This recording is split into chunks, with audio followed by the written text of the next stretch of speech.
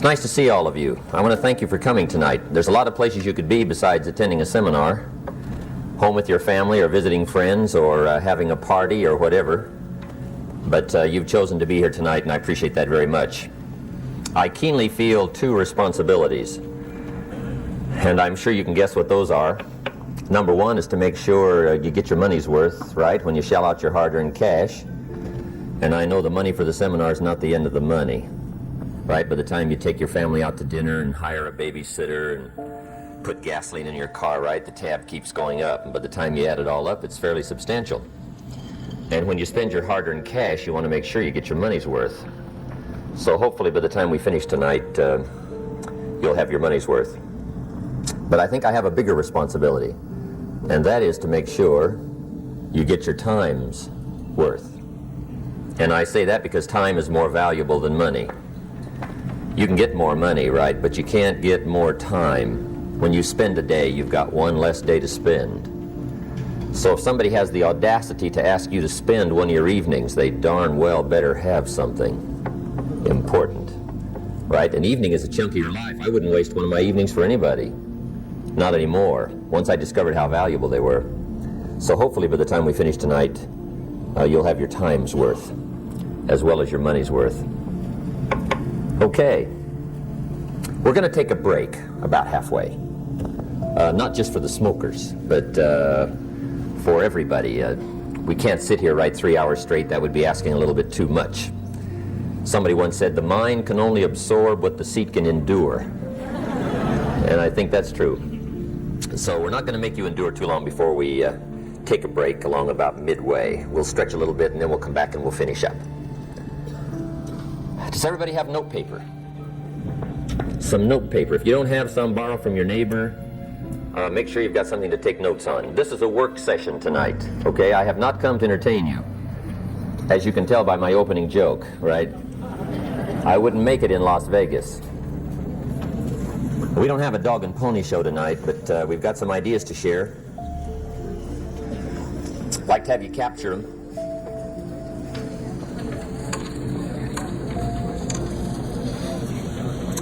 Also, if there's several members of one family, my suggestion is all of you take notes. One will capture what the other one might miss, and that way you'll come up with a more complete set. I think you'll be happier about that. Okay, hopefully everybody can find a seat tonight. It's kind of jammed in here. Do we have any teenagers? Teenagers, 19 years or younger, would you stand up? No cheating on this now. 19 years or younger, stand up wherever you are. All over the audience. Let's give them a hand. Hey, nice to see you. Thank you very much. I'm always flattered when the kids come. I've got a good story for you. Two little boys in school. One was very bright, the other one wasn't very bright. Teacher gave a test one day, 10 questions. And she's looking at the papers. To her surprise, the little boy who isn't very bright has answered 9 of the 10 questions. Perfect. And the teacher thought, well, that can't be right. He's not that smart. So she looked at the other paper. The little boy who was very bright, he had answered 9 of the 10 questions perfect. The teacher thought, well, something's wrong. And sure enough, the answers to the 10th question was the problem. The little boy who was very bright, when he got to the 10th question, he didn't know the answer, and he was running out of time, so he just wrote down, I don't know the answer to this one. Turned his paper in. Teacher looked at the other paper, little boy who wasn't too bright, and he had answered the 10th question, I don't know either, and turned his in.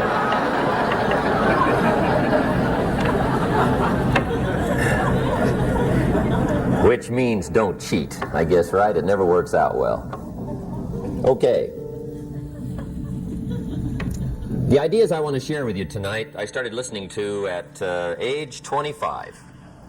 At a time in my life when I needed some additional ideas to help get my life straightened out and headed in a little better direction. I got off to a pretty good start up in Idaho farm country, where I was raised, southwestern corner of Idaho. Little community of 4,000 or 5,000 people. In fact, my parents still live in the same little community where I was raised. I was just up to visit them last week. And they're doing extremely well. My father's 79, my mother's 73. And they're still very busy, very healthy, got all kinds of projects going. Unbelievable. Land development, they're making money. I can't believe them. They've been a great example for me. They bought some property not long ago, signed up for a 30-year loan. I got to be impressed. I was up to visit them last year. We had a big party one evening, lasted till about 2 o'clock in the morning, celebrating. And it was time to celebrate. My parents had bought gold at 125, and they were cashing in a big share of it at 680. And if you get to buy at 125, cash in at 680, you got to celebrate. So celebrate we did. But anyway, that's where I got started. I went to high school and graduated. I went to college for a year and a half, and I quit. Decided I was smart enough, and got me a job and went to work to see if I could make all of my ambitions come true. A couple of years later, I met a very beautiful young lady, and I put probably my finest sales presentation on her. I promised her wealth and fame and fortune and world travel and all those good things. I said it will probably be the finest decision of your life to marry me. And she bought that story, fortunately for me. And we got married, and I'm continuing to work hard to see if I can't make all these dreams and promises come true. Well, 2 or 3 years after I'd gotten married, it didn't look like my new bride had made such a wise decision. I'm now starting to struggle. I'm not destitute, but it isn't working quite like I had promised. I'm looking at my paycheck on Friday, $57, and that isn't quite what I'd promised. And already I had fallen into the someday honey routine with my wife.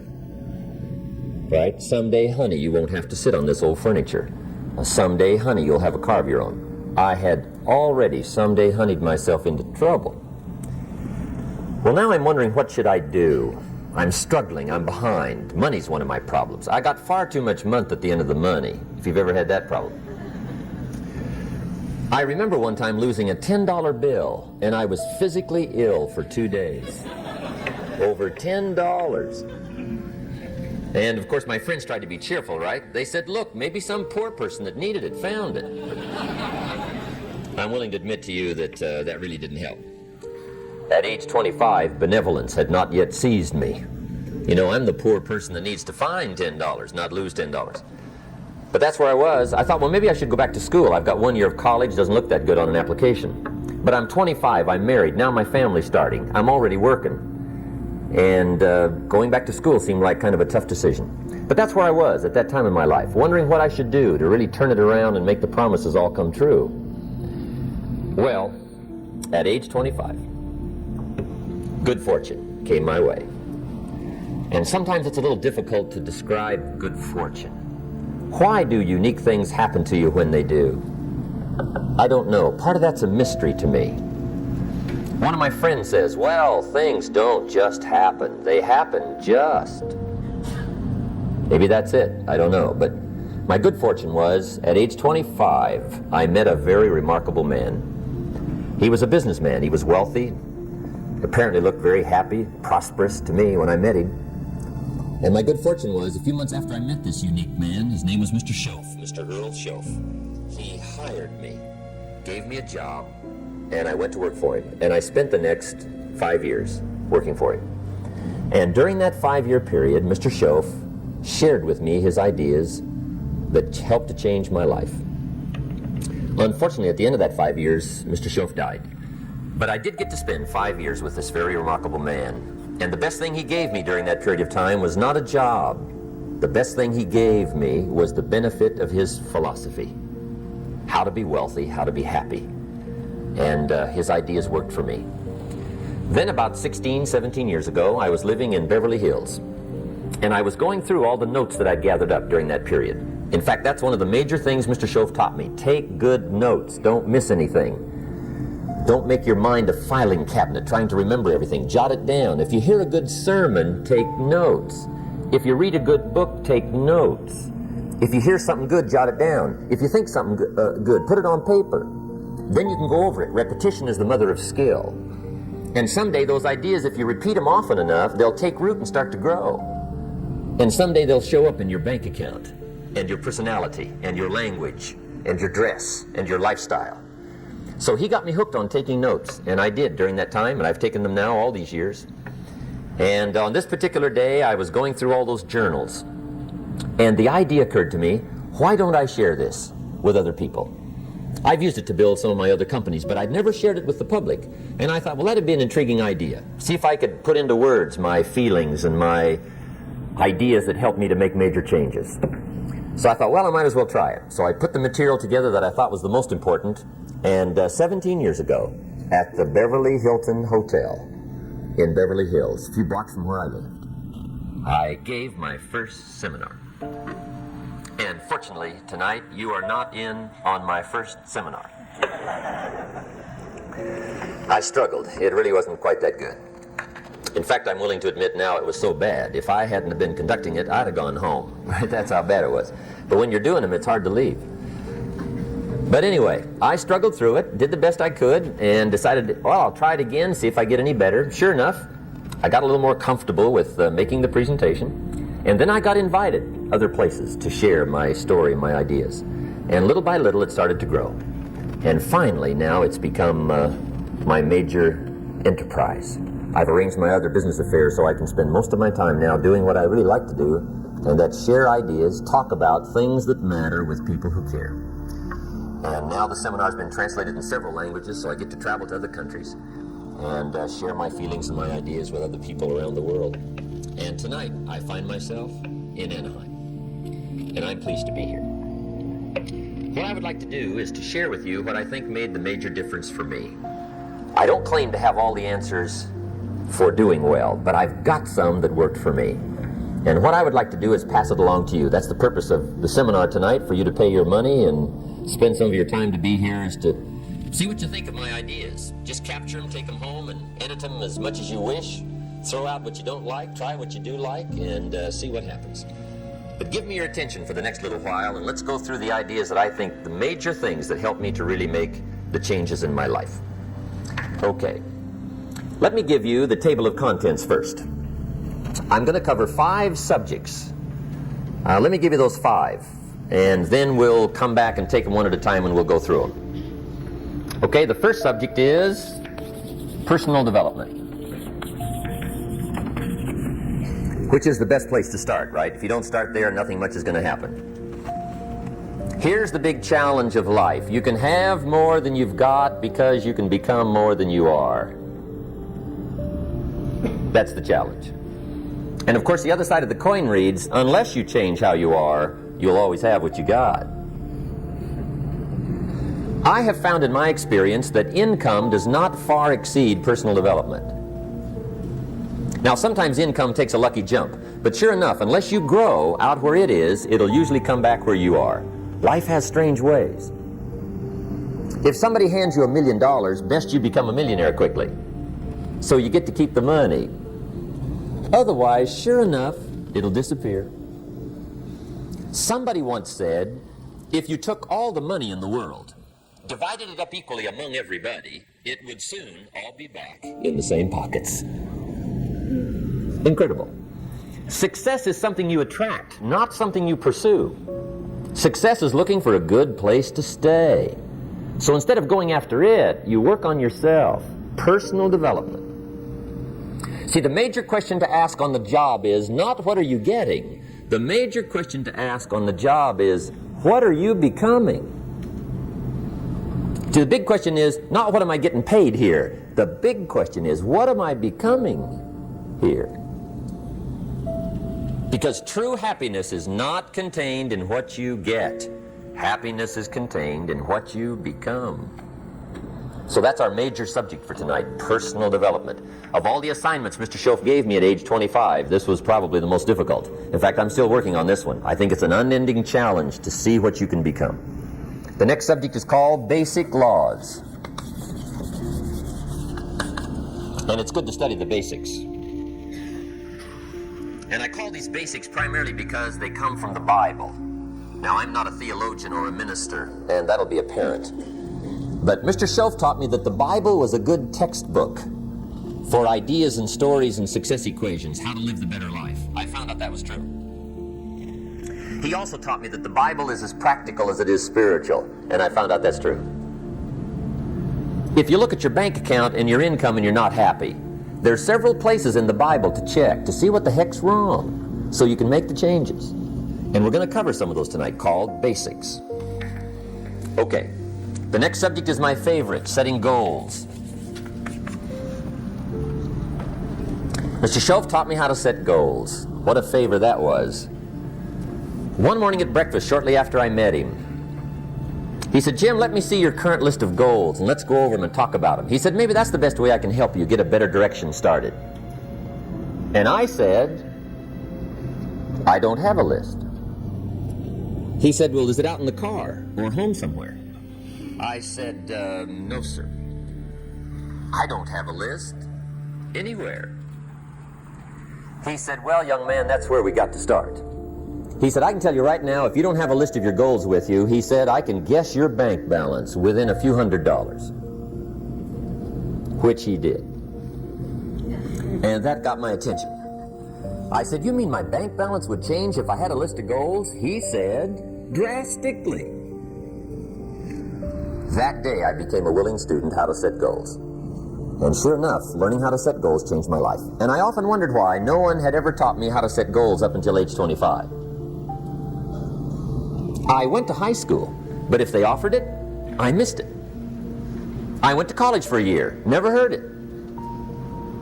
I worked for Sears. Really? And to my knowledge, Sears never taught it. Right? How to set goals. So here I am, age 25, married, my family's starting, I've been to college, I'm working, and I still don't know how to set goals. But fortunately, when I was 25, I met the man who taught me how, and it revolutionized my whole life. Economically, socially, personally, it's incredible. So I want to share with you tonight what Mr. Shove shared with me, how to set goals. It can be a life changer. Okay, the next subject is the negative part of the seminar. Life is part negative, so we got to talk about the negative. And this subject is called diseases of attitude. Diseases of attitude. There's a lot of things that can wreck your chances to do well. We live in a rather dangerous world, so you got to be not only wise, you got to be careful. Now, attitude diseases are just as bad as physical diseases, right? High blood pressure, heart trouble. I mean, a lot of things lace your chances to do well. So you've got to be careful. And attitude diseases are deadly. I mean, they'll destroy all the good things you start. Okay? So we'll go through those attitude diseases, how to spot them, how to look for them, what they are, and the cure. And I'm a pro on these because I've had them all, so I can give you excellent advice on these. Now, the last subject we're going to consider tonight is called the day that turns your life around. The day that turns your life around. And under this subject, we're going to talk about the emotions that can change your life. Human beings are emotional creatures, and emotions are powerful for life change. Now, of course, emotions are so powerful they can go either way on you. Emotions can either build or destroy. So you really have to employ emotions properly. We call civilization the intelligent management of human emotions. If you can intelligently apply your emotions in the right direction, no telling what can happen. Could turn your life around one day would be sufficient. So we'll talk about those. Okay. Now that's a lot to cover in one evening. But we'll keep at it here and see if we can't get it all done. I'd like to have you now jot down the theme of the seminar. Every seminar should have a theme, I guess. We've got one. It's on some of our literature if you happen to notice it, but if you didn't, for your notes, here it is. The theme of the seminar goes like this. The major key to your better future is you. That's the theme of our seminar tonight. The major key to your better future is you. And I'd like to have you underline two words just to give it some added punch. Underline the word major and the word you, so that it reads, the major key to your better future is you. Now, my first suggestion is transfer this to a card or something where you can put it up, where you can see it every day. Preferably put it up where you can see it at the beginning of the day, before you go off to put the day together. This is a good phrase just to glance at, to keep in mind as you're putting the day together. It's called the silent seminar. If you'll just let this talk to you during the day, I found it to be tremendously helpful. The major key to your better future is you. For a big share of my life now, I didn't have this one quite figured out. Among a lot of things I didn't have quite figured out. Many things used to puzzle me back in those early days. I used to wonder why two people could work for the same company, one make twice as much money. Now see, that used to puzzle me.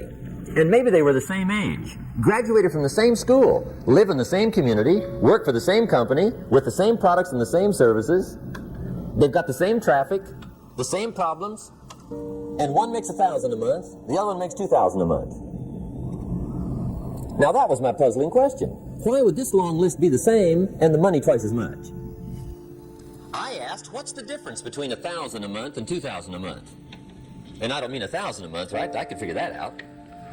But what makes the difference? Why would one person do twice as well, 3 times as well? Speaking economically, now I know there's more than one way to do well. I understand that. But in this little narrow area called compensation, what's the difference? Well, back then, with my faulty thinking, I'm trying to reason it out. I thought, well, maybe time makes some of the difference, right? Some people do better because they have more time. I used to say, Harold ought to be able to do well. He's got a lot of time. If I had all of Harold's time, I could do well. Now that's got to be dumb, right? Number one, you can't get somebody else's time. A guy says to me one time, he says, you know, if I had some extra time, I could make some extra money. I said, then forget it. There isn't any extra time. Hey, when the clock strikes 12 midnight, that about wraps it up, right? I mean, you can look around the gongs there for a little more, but it's over. You say to the guy, what are you doing? He says, I'm looking for extra time. See, they'll come and take you away, right? There isn't any more time. Now, if you can't get more time, which you can't, what could you get more of that would make a difference in economic results? And here's the key word. Make it a part of your notes. We're going to consider it tonight. The word is value. And I have a little phrase for your notes. Value makes the difference in results. Value makes the difference. You can't get more time, but you can create more value. Now here's the first lesson of economics. Everybody should learn it from the time they're old enough to understand what a dollar means. How to earn one, how to get one, how to keep one, what to do with it. First lesson of economics. We primarily get paid for value. That's lesson 1. Bringing value to the marketplace, that's how you get paid. You don't get paid for the time. I know it takes time to bring value to the marketplace, but you get paid for the value, not the time. Now, since that's true, here's one of the key questions of the evening. Is it possible to become twice as valuable at the marketplace and make twice as much money in the same time? Could you become 3 times as valuable? Make 3 times as much money in the same time? Is that possible? The answer is yes, if. And it's always if, right? Life is known as the big if. Harry Truman once said, life is iffy. How true. And here's the big if we're going to consider it tonight. It's possible to do much better at the marketplace if you go to work primarily on yourself. And that's the theme of our seminar tonight. Learning to work primarily on yourself. People have asked me for the last 24 years, how do you develop an above average income? And the answer is, become an above average person. Develop an above average handshake. Some people want to be successful, they don't even work on their handshake. As easy as that would be to start on. They let it slide, they don't understand. Develop an above average smile. Develop an above average excitement. Develop an above average interest in other people. Develop an above average intensity to win. See, that'll change everything. Probably one of the most frustrating experiences in life is looking for an above-average job with above-average pay without becoming an above-average person. It's called frustration.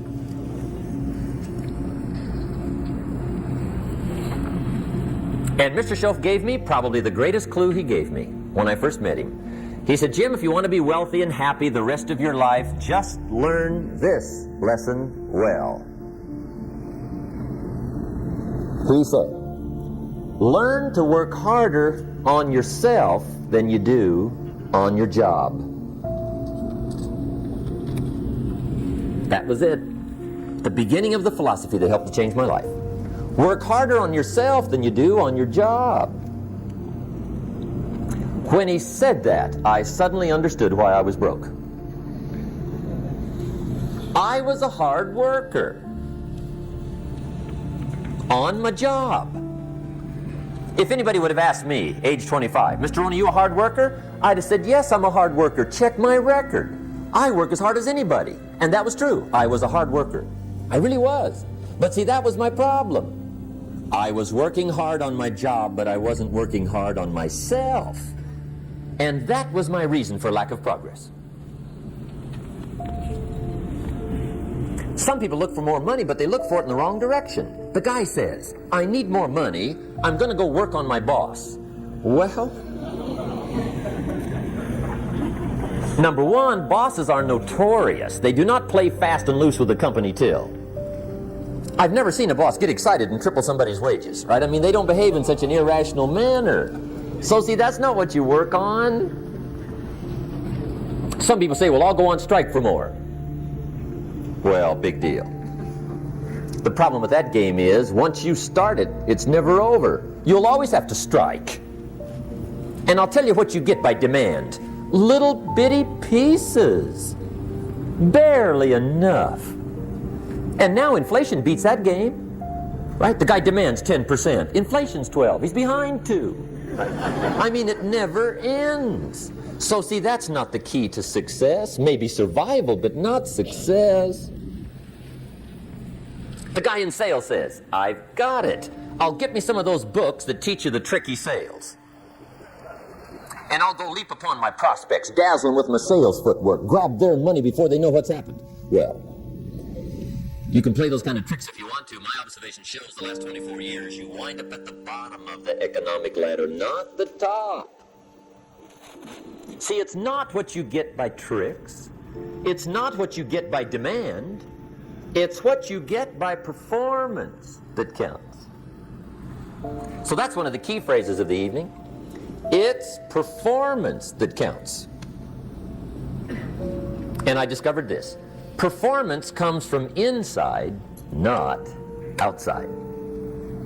For a share of my life, I'm looking for the answers to do well outside. Found out they were inside.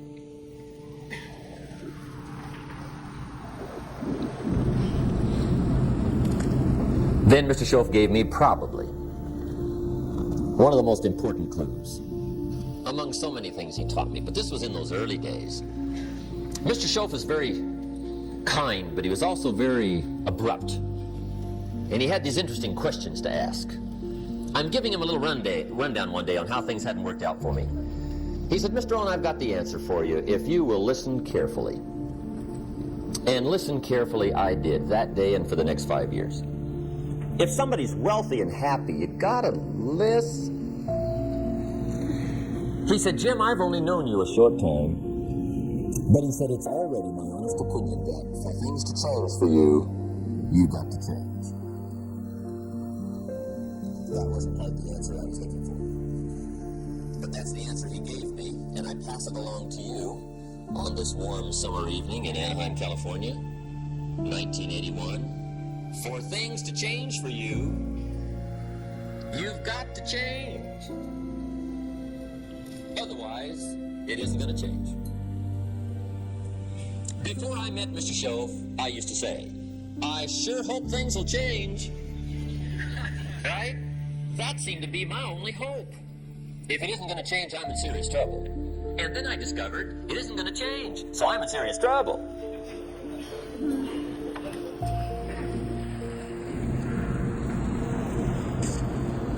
See, I can tell you what the 80s are going to be like. You have dropped into the right place. I did a seminar one time for Standard Oil executives and management in Honolulu. And we're having a conference one day on this big conference table. And one of them said to me, Mr. Rohn, you know some fairly important people halfway around the world. What do you think the 80s are going to be like? I said, gentlemen, I do know the right people. I can tell you. So they all listened very carefully. And I said, gentlemen, based on my wide experience, I can really honestly say to you, in my opinion, in the 80s, it's going to be about like it's always been. Aren't you glad you came? That's inside. I don't pass that around just everywhere. Now, of course, I said that to make a point, but I also said it because it's accurate. It's going to be about like it's always been. It isn't going to change. The tide comes in, and then what? It goes out. For 6,500 years that we know of, recorded history, and probably long before that. So it is not going to change. It gets light, and then what? It turns dark. 6,500 years. See, it's not likely to change. And we're not to be startled by that. And if the sun goes down, the guy says, what's happened, what's happened? It means he hasn't been here long, I guess, right? It always goes down about this time. The guy says, well, I don't like that arrangement. Well, you got to talk to somebody besides me, right? It gets light, then it turns dark. In rotation, the next season after fall is what? Winter. Pray tell, how often does winter follow fall?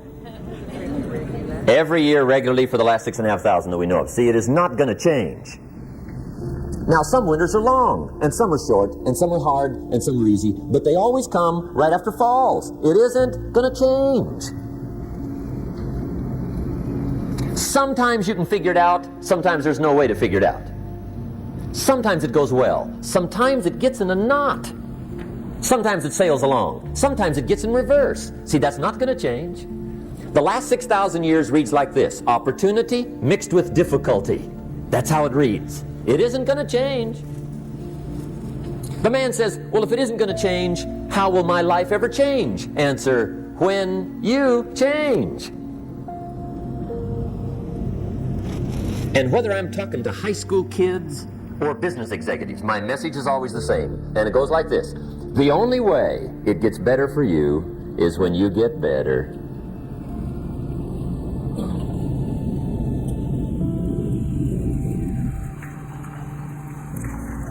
Let me give you the 4 major lessons in life to learn. Here's 4 majors. It's good to study the majors. In our weekend seminar we teach, some people don't do well because they major in minor things. You've got to be on the lookout. At the end of every week, end of every month, you've got to check, make sure you're not spending major time on minor things. Okay, we go through that whole series. Majors and minors. Now, let me give you 2 phrases before we get to the 4 majors. This will set it up and you'll see where I'm going. 2 key phrases for your notes. Here's the first one. Life and business is like the changing seasons. That's the first phrase. Life and business is like the changing seasons. One of the best ways to describe life, it's like the seasons. Frank Sinatra sings, life is like the seasons. Now here's the second phrase. Very important. You cannot change the seasons, but you can change yourself. You can't change the seasons, but you can change yourself. And see, that's how life gets better for you, not by chance, but by change. Now, here's the 4 major lessons in life to learn. I've got my first book finished, came out a couple of weeks ago. This is in it, the 4 major lessons in life to learn. Here they are. Number 1, learn how to handle the winters. That's lesson 1. They come right after falls, with regularity. Some are long, and some are short, and some are hard, and some are easy, but they keep coming. You must learn to handle the nights. They come right after days. You must learn to handle difficulty. It comes right after opportunity. You must learn to handle recessions. They always follow progressions. For the last 6,000. See, it isn't going to change. The lesson you must learn is how to handle it. And there's all kinds of winters, right? The winter when you can't figure it out. The winter when it all goes smash. The winter when it turns belly up. The winter when it won't work, when you've run out of money and you've got a broken heart. See, those are winter times. There's all kinds. Economic winters, social winters, personal winters. When your heart is smashed in 1,000 pieces and the nights are unusually long, your prayers seem to go no higher than your head. It's wintertime. Barbara Streisand sings, "It used to be so natural to talk about forever, but used to be's don't count anymore. They just lay on the floor till we sweep them away. You don't sing me love songs, and you don't say you need me, and you don't bring me flowers anymore." A song of winter. But see, the disappointments come. Those are normal. That's part of life. But the question is, how do you handle it? How do you handle the coming winters and the disappointments and the downtimes? Well, you can't get rid of January by tearing it off the calendar. But here's what you can do. You can get stronger, you can get wiser, and you can get better. The winters won't change, but you can. And that's how life changes for you. See, before I understood when it was winter, I used to wish it was summer. I didn't understand. When it was hard, I used to wish it was easy. I didn't know. And then Mr. Schoaf gave me a part of his very unique philosophy when he said, "Don't wish it was easier, wish you were better." See, that triggered my whole life change. Don't wish for less problems, wish for more skills. Don't wish for less challenge, wish for more wisdom. That's the key. So that's lesson 1, learn how to handle the winters. Here's lesson 2, learn how to take advantage of the spring. That's the second one. Spring is called opportunity. And spring follows winter. What a great place for it. If you were going to put it somewhere, that'd be the place to put it, right after winter. And pray tell, how often does spring follow winter? Every year with regularity, 6,000. You can almost count on it. See, opportunity always comes. Days follow nights. Isn't that terrific? Opportunity follows difficulty. But here's what you must learn to do. Underline these 2 words in that key phrase. Take advantage. Underline those 2. You must learn to take advantage of the spring. See, just because spring rolls around is no sign you're going to look good come fall. You got to do something with it. In fact, you have to get good at one of 2 things in life. Planting in the spring or begging in the fall. Or get somebody to do it for you. See, those are about the only alternatives. Now here's what else you must do. Take advantage of the springs quickly, because there's only a few. Just a handful of springs have been handed to each of us. They don't come forever. Life is fairly brief. So you got to read every book you can get your hands on what to do with your springs while they're here. And take advantage, they soon run out. The Beatles wrote, "Life is so short." And for John Lennon, it was extra short. But life is brief. Elton John sings, "She lived her life like a candle in the wind." It's brief. So whatever you're going to do with your life, you got to get at it. Don't just let the springs pass. Here's the third major lesson in life to learn. Learn how to protect your crops all summer. You got to take care of what you start. Sure enough, as soon as you've planted your garden in the spring, the busy bugs and the noxious weeds are out to take it. And here's the next bit of truth. They will take it unless you prevent it. And that's the third major skill to learn. You've got to learn to prevent the intruder from taking all the good you start. It's one of the challenges. Here's two key phrases under number 3. First one, all good will be attacked. On this planet. Maybe not the next one we get to, but on this one, all good will be attacked. Every garden will be invaded. Not to think so is naive. And here's the second phrase. All values must be defended. Political values, social values, community values, family values, marriage values, friendship values, business values. Every garden must be tended all summer. Third major lesson. Now here's number 4. Fourth major lesson in life to learn. Learn how to reap in the fall without complaint. Learn to reap come harvest time without complaint. Take full responsibility for what happens to you. It's one of the highest forms of human maturity, accepting full responsibility. It's the day you know you've passed from childhood to adulthood, the day you accept full responsibility. And another note, learn to reap in the fall without apology. Without apology if you do well, and without complaint if you don't. That's maturity. I used to have that long list of reasons why I wasn't doing well. To explain. You got to explain, right? Otherwise you're going to look bad. I used to have this funny list called Reasons for Not Looking Good.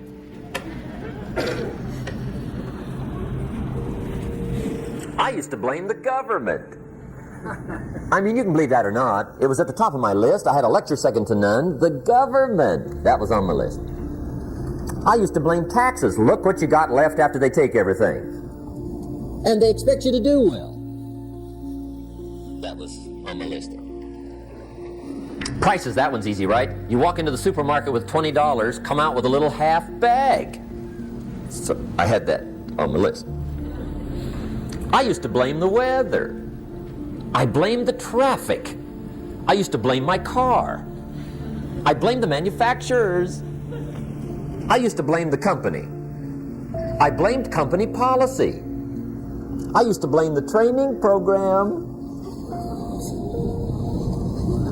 I blamed my negative relatives. They were always putting me down. I blamed my cynical neighbors. They're just selfish, looking out for themselves. Won't loan you money? They were on my list. I used to blame the economy. I blamed the community. That's a pretty good list for not doing well, isn't it? I thought it was good. I'll never forget one day, Mr. Shelf was very kind, but he was also very blunt. And this was no exception. And I'm glad he was blunt. There's a lot of things I'd have missed if he hadn't have been blunt. One day, with sort of a curious look on his face, he said, "Jim, just out of curiosity, tell me, how come you haven't done well up until now?" Excellent question. I thought, well, so I won't look too bad, I'll go through my list. And this list I just gave you, I put that on him. And he was very patient. He let me go through the whole thing, the government, the weather. I went through this whole thing. When I finished, he looked my list over very carefully. He said, "Mr. Rohn, big problem with your list. You ain't on it." How brilliant.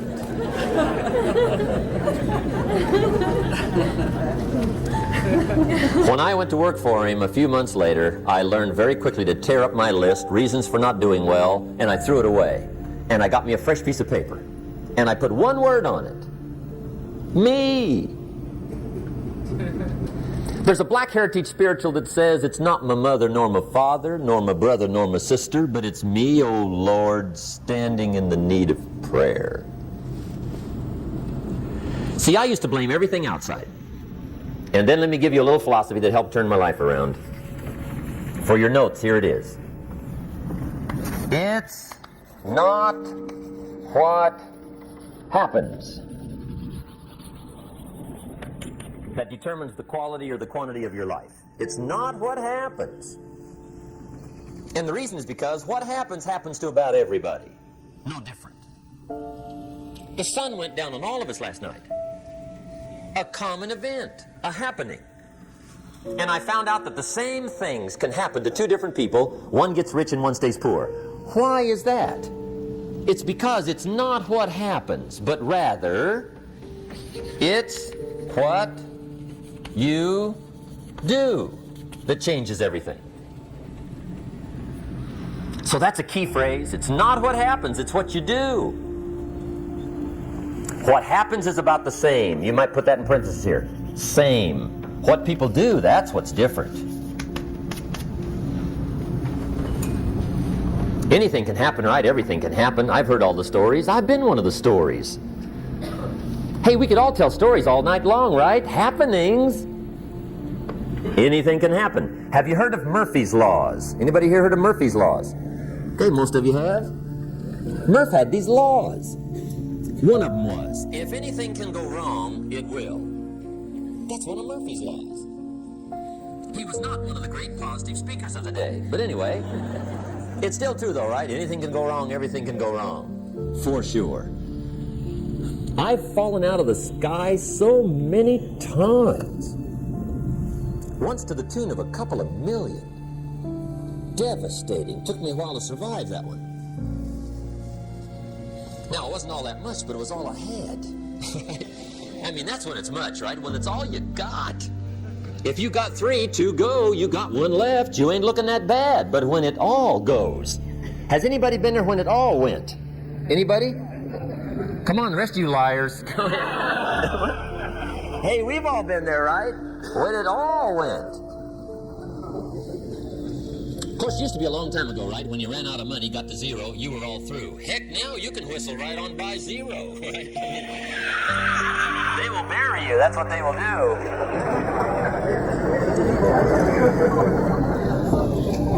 But see, those are the happenings, right? Everything can happen. Anything can happen. But it's not the happenings. It's what you do about it.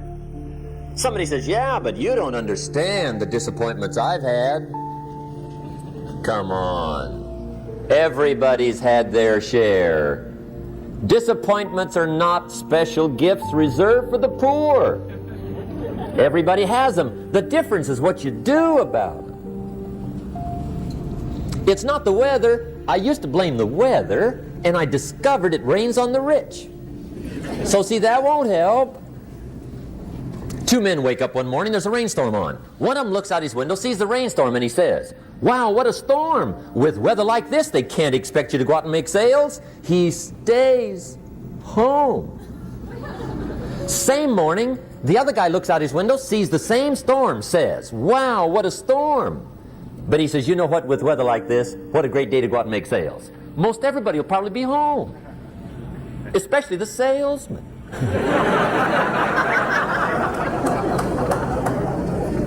See, that's the difference in how your life works out. It's not what happens, it's what you do. So here's one of the key questions of the evening. Starting tomorrow, what are you going to do that'll make a change in your life's direction? Good question. What are you going to do starting tomorrow that'll make a difference? Now see, if you don't do something starting tomorrow that'll make a difference, guess what? It's gonna be the same. And see, that way you can guess what the next 5 years are going to be like. Look at the last 5. Because the next 5 are going to be like the last 5 unless you, major key, tomorrow, change it all. Or change a little, or change something, or don't change. It's choice time. You can do whatever you want. But it's nice to know any day you wish you can change your whole life. What can you do starting tomorrow that'll make a difference? Good question. What can you do with economic chaos, massive disappointment? What can you do with a broken heart? What can you do when it won't work? Good question.